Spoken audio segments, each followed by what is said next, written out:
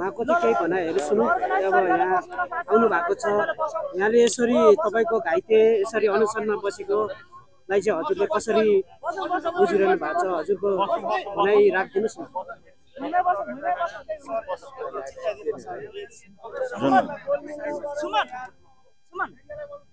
आम नेपालीको जुन भावना थियो त्यो भावनालाई प्रतिनिधित्व गरेर जेएनजी प्रोटेस्ट भयो हैन। जेएनजी मुभमेन्टमा धेरै भाइ बहिनीहरूले ज्यान गुमाउनु पर्यो, शहादत प्राप्त गर्नु पर्यो, अनाहकमा हैन ज्यान गुमाउनु पर्यो र पवित्र सपना बोकेर पवित्र उद्देश्यका साथ उनीहरू प्रोटेस्टमा उत्रेका थिए।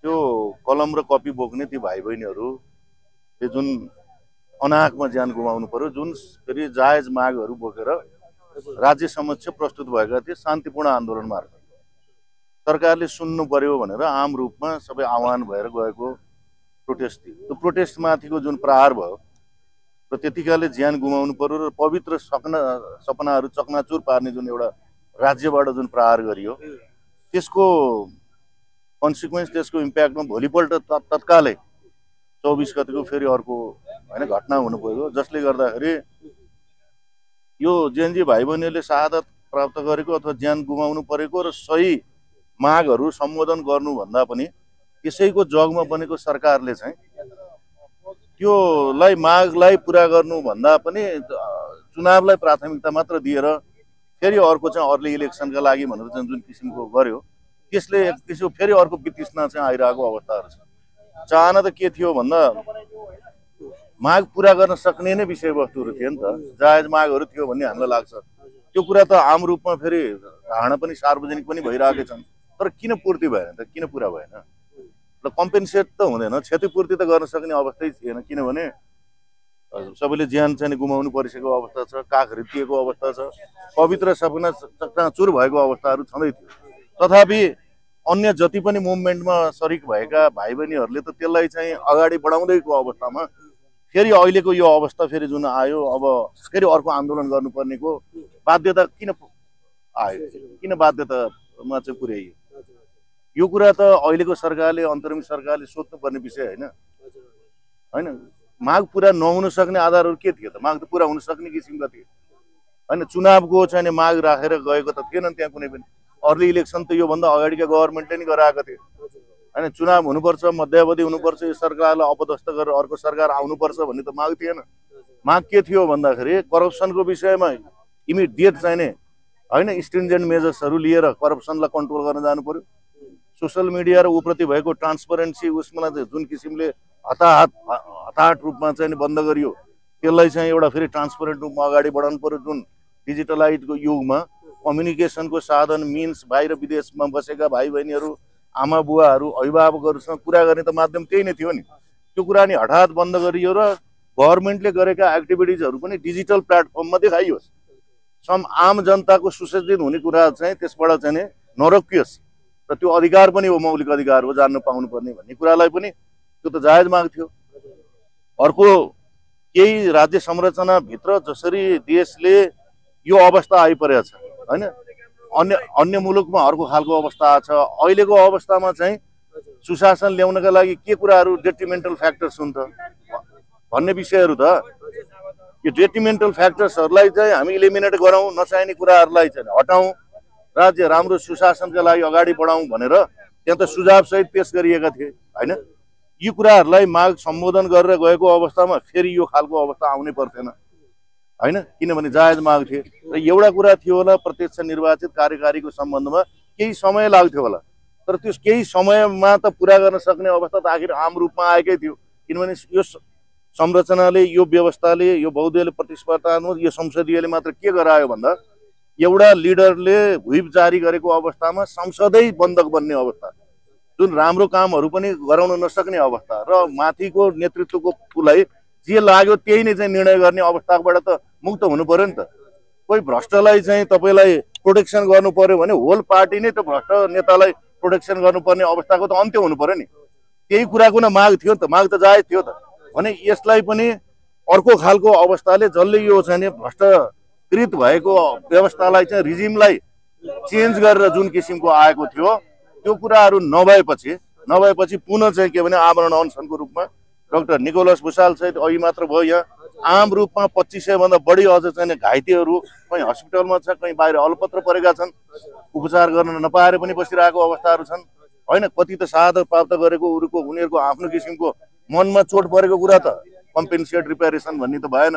तर न्याय त दिनु पर्यो नि त, सरकारले न्याय त दिनु पर्यो कि न्याय पाइयो भनेर कमसेकम त्यसलाई अलिकति मलम लाउने अवस्था त बनाउनु पर्यो नि।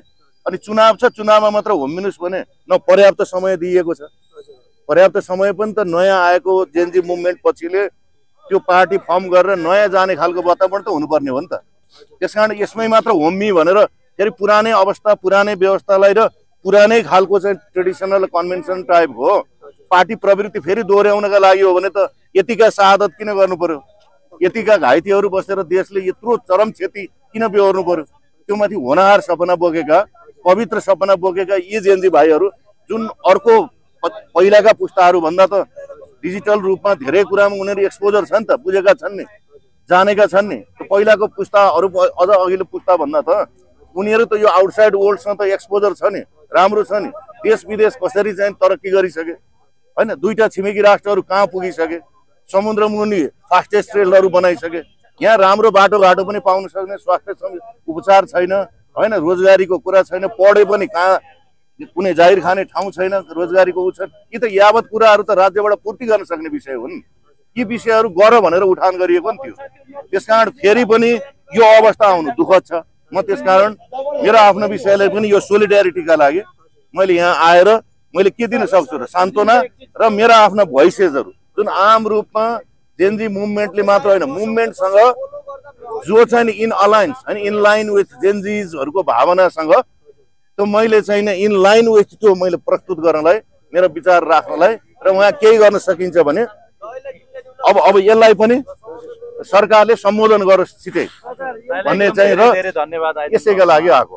एकदम हृदयदेखि धेरै धेरै धन्यवाद। सरकार आउनु पर्छ, हजुर आउनु भएको छ हैन, हाम्रो देश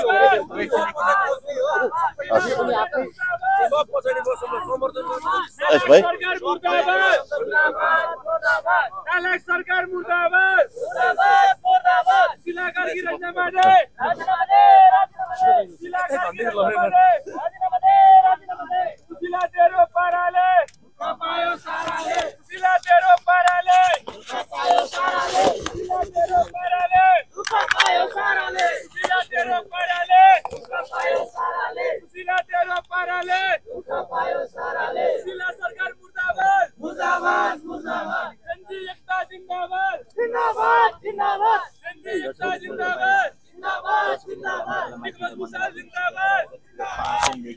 निकोलस भुसाल आमरण अनसनमा छन्। जेनजीको मागहरू पुरा गर्नु पर्यो भन्दै निकोलस भुसाल अनसनमा बसिरहेका छन् भने पूर्व आइजिपी सर्वेन्द्र खनाल आइपुग्नु भएको छ माइतीघर मण्डलमा डाक्टर निकोलस भुसाललाई साथ दिनको लागि।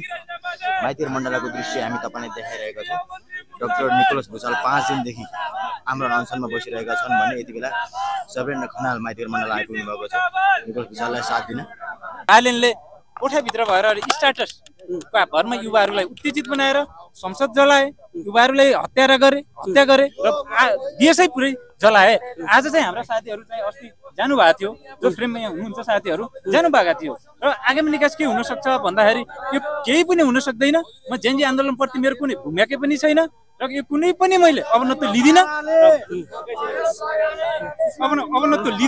मात्र चुनाव बाहेक अरू केही हुन सक्दैन भन्नुभयो। यस्तो गरी जिम्मेवारी पुरा गर्नुभयो होइन। त्यसो हुँदा हामी यो सरकारलाई के भन्न चाहन्छौँ भने जेनजीका हत्याराहरूलाई कारवाही गरियोस् होइन, आगामी निकासतिर र यसले चाहिँ एउटा वातावरण तयार गरियोस् भन्न चाहन्छु। अनि जस्तै तपाईँको अब यत्रो दिन तपाईँहरू लागिरहनु भएको छ होइन, कति लुगा च्यातियो, कति घाइते भयो, तपाईँलाई कति पुलिस प्रशासनबाट कतिको धरपकड भयो, तपाईँहरूको आन्दोलनमा केही होइन दमन होइन के छ, त्यसमा तपाईँको शान्तिपूर्ण तरिकाले तपाईँको यो होइन होइन